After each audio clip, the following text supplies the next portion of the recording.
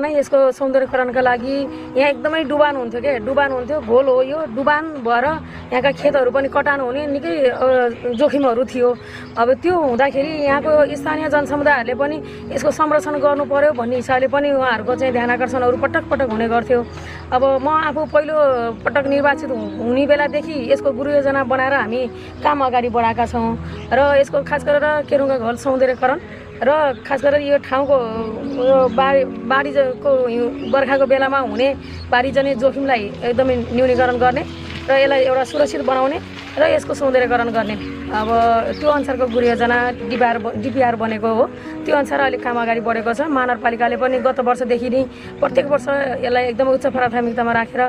tender गरेर काम अगाडि बढेको छ अब यो हाइवेदेखि यहाँसम्म अहिले बनेको छ यताबाट पनि पारिपट्टि पनि बन्दैछ महानगरपालिका शहरी विकासबाट साझेदारीबाट कामहरू अगाडि बढेको छ अहिले बजार एरियामा यतातिर काम भइरहेको छ भने उता गाउँतिरबाट पनि 24 नम्बर वडा जो यसको अन्तिम गन्तव्य छ केरुङ्गा घोलको अन्तिम गन्तव्य त्यताबाट पनि काम अगाडि बढिराखेको छ दुईतिरबाट चाहिँ काम अगाडि बढिराखेको छ यसले गर्दाखेरि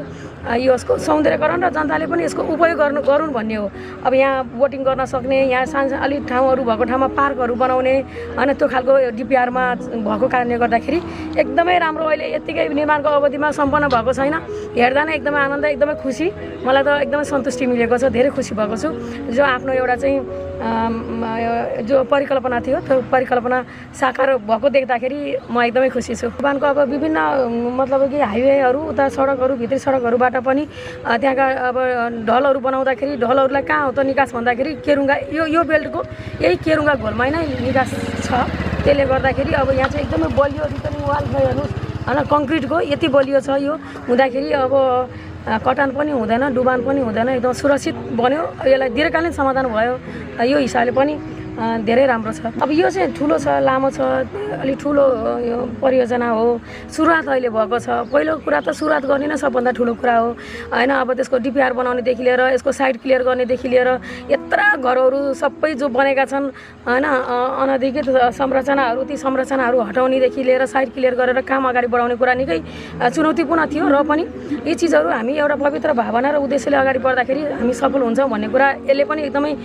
एउटा प्रमाणित गरेको छ त्यसले गर्दाखेरि अब डिपिआर अनुसार अब निरन्तरतामा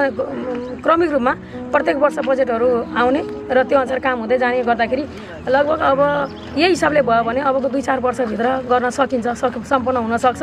निरन्तर प्रत्येक वर्ष गर्नु पर्यो भोलि आउने जनप्रतिनिधिहरूले पनि